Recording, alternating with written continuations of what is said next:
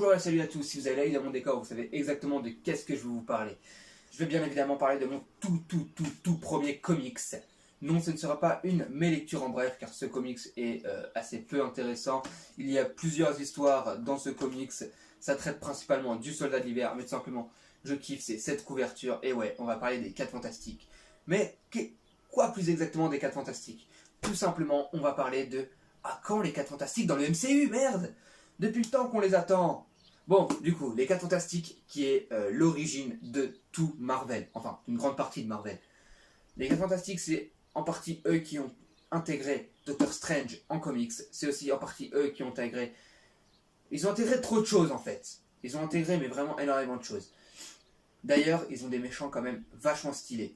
Et notamment, je vais revenir plus particulièrement plus tard dans cette vidéo sur le Docteur Fatalis ou le Docteur Doom, comme vous voulez.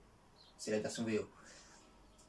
Tout simplement, à quand les 4 fantastiques dans le MCU? C'est d'ailleurs une équipe, c'est d'ailleurs la toute première équipe de super-héros en bande dessinée. Voilà, tout simplement.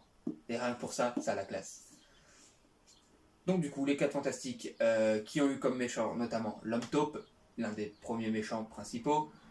Enfin, un peu pourri quoi, mais bon, on le prend quand même. Ils se sont aussi battus à un certain moment contre Galactus, ouais. Rien que pour ça. Ils sont 4 et ils ont réussi à rouster Galactus. Ça, c'est classe. Bon, ok, ce jour-là, ils étaient 5, il y avait les surfeurs d'argent. Mais bon, comme vous le savez bien évidemment, les 4 fantastiques étaient notamment détenus par la Fox. Et ouais. Et ils ont fait de la merde. De la grosse merde. Rien que pour ça, j'ai du mal à leur pardonner ce film. Ce film est nul à chier. Juste pour l'anecdote, c'est le seul film de toute ma collection que j'ai acheté au McDo. Ouais, avec le Happy Meal. Quoi? Ne jugez pas. J'avais faim, j'avais envie d'un McDo, il y avait ce film-là. Enfin bref, tout ça pour dire que ces deux films, les 4 fantastiques, sont selon moi les meilleurs. Les 4 fantastiques, c'est énormément pour moi. C'est notamment ce qui m'a donné envie de poursuivre le Marvel avec ce film. Ouais, ce film. Ce film m'a donné envie de poursuivre les Marvel. Si on en est là aujourd'hui, c'est grâce tout simplement au Docteur Doom ou Docteur Fatalis, comme vous voulez, au Surfeur d'Argent, mais aussi à la Torche Humaine, à Red Richards, à la Femme Invisible, même si elle on s'en tape, et surtout de la Chose. Car ouais, la Chose fait partie de mon top 5 de super-héros. Rien que pour ça, c'est en partie pour ça aussi que la Chose est là en fait. Qu'elle est en plein milieu de la vitrine. Qui me tenait à cœur en fait. Surtout qui me tenait à cœur.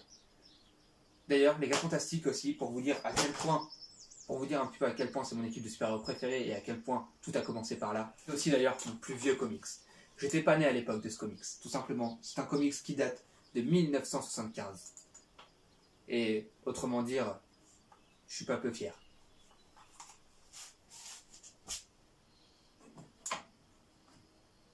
D'ailleurs, ce comics, j'ai juste oublié de vous le dire tant que j'avais dans la main, c'est un comics en VO. Un comic que je ne lirai jamais. Ou alors avec l'aide de Google. Enfin bref, tout ça, voilà. Ça, c'est ma vie avec les 4 fantastiques. C'est vraiment pour vous compreniez un petit peu pourquoi j'étais autant enthousiaste de faire cette vidéo-là. Et je pense que, d'ailleurs, elle passera même avant une autre vidéo que j'avais tournée, qui devait être la première vidéo dans mes hacks. Celle-là, ce sera la première, tout simplement. Donc du coup, de là, tout simplement, on va décortiquer cette vidéo-là en 2 parties. Enfin, en 3 parties, allez, parce que c'est les 4 fantastiques, on va la découper en 4. Et qui sont 4. Ça va pas être une partie chacun. Non.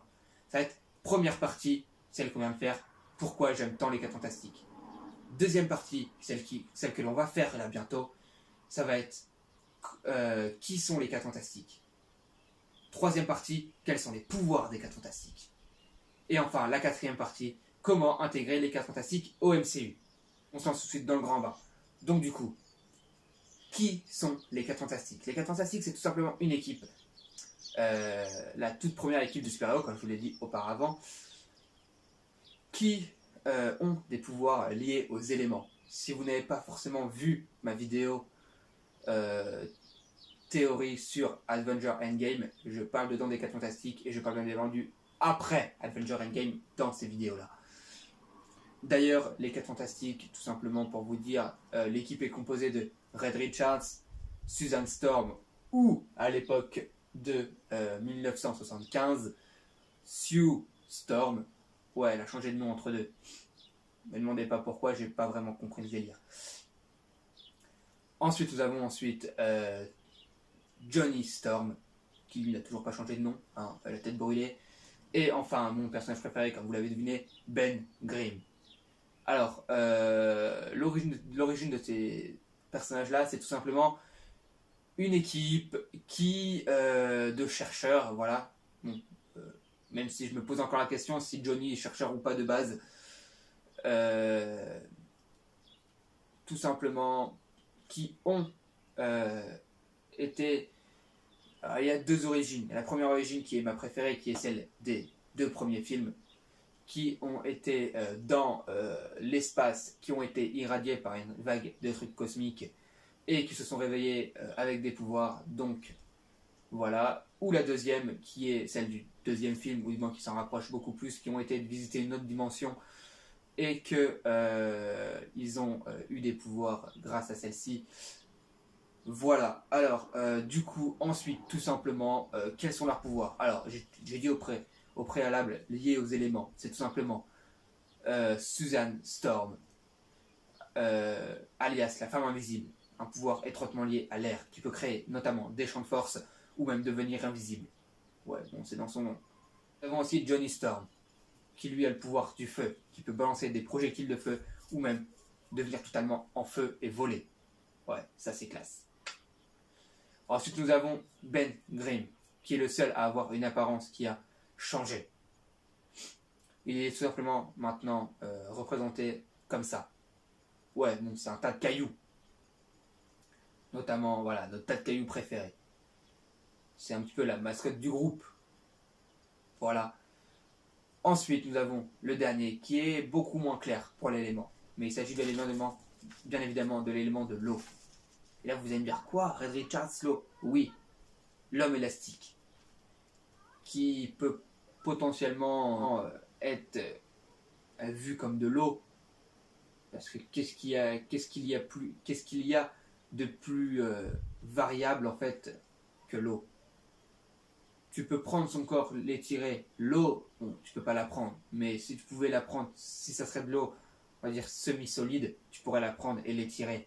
C'est un petit peu vraiment confus, vraiment, cet élément-là. Mais je pense vraiment qu'il a été pensé en tant que l'eau, tout simplement.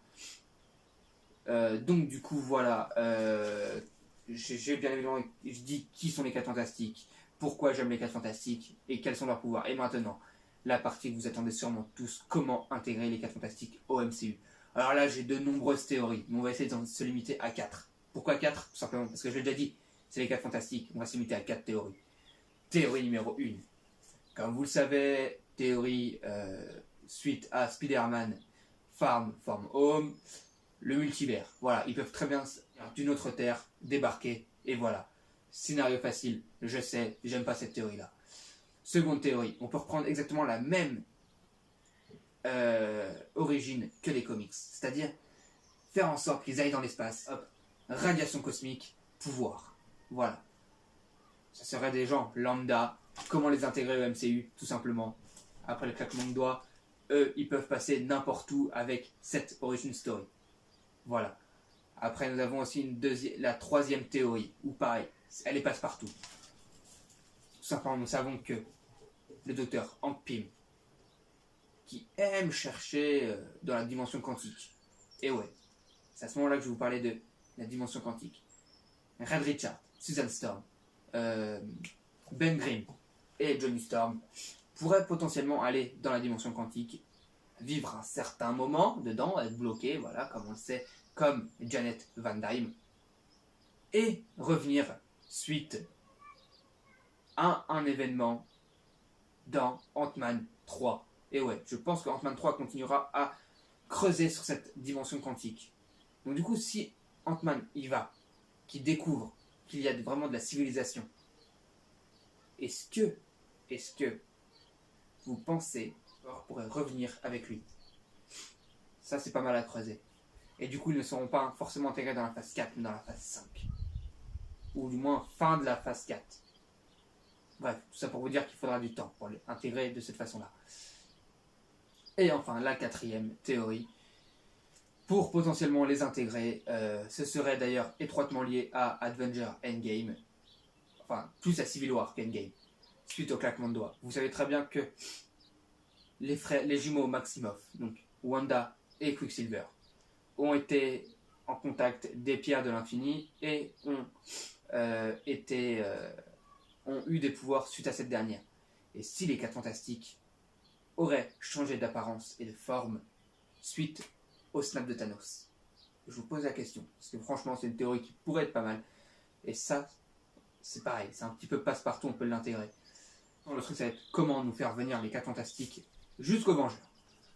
Alors là, on peut très bien partir sur des trucs de malades, genre une grosse menace telle que Galactus, voilà, une grosse menace telle que Fatalis, encore une fois, voilà, simplicité.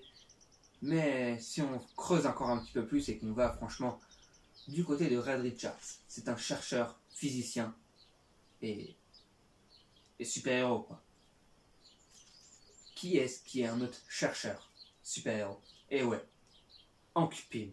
Bon, il y avait Tony Stark, mais malheureusement, Tony Stark, voilà. Tout simplement, on pourrait potentiellement avoir une arrivée, du moins une entraide entre Hank et Red. Voilà, cette vidéo-là touche à sa fin. Je voulais absolument faire cette vidéo-là car les 4 Fantastiques, c'est vraiment énorme. C'est tellement beaucoup de choses. Bon, ils ont eu énormément de super méchants. Ils ont eu aussi l'homme caméléon qui pouvait changer de forme à volonté. Voilà, en gros, les 4 Fantastiques. Ils ont eu aussi d'ailleurs, j'ai oublié de le dire, le Super Skrull. Et ça peut être aussi l'objet d'une théorie. Comment faire venir les 4 Fantastiques? Simplement grâce aux Skrulls, qui ont été intégrés d'ailleurs préalablement dans Captain Marvel.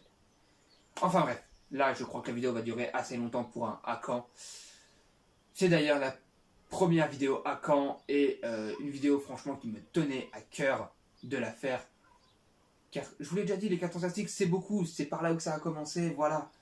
Autant que ça soit dans les comics que dans les films, les 4 Fantastiques c'est énorme. Les 4 Fantastiques, tu les vois un petit peu partout dans les comics. C'est, on va dire, c'est la base. C'est la base. Les 4 Fantastiques, c'est la base. Quand je vois ce qu'ils ont fait en film, j'ai qu'une seule envie, c'est de pleurer, quoi.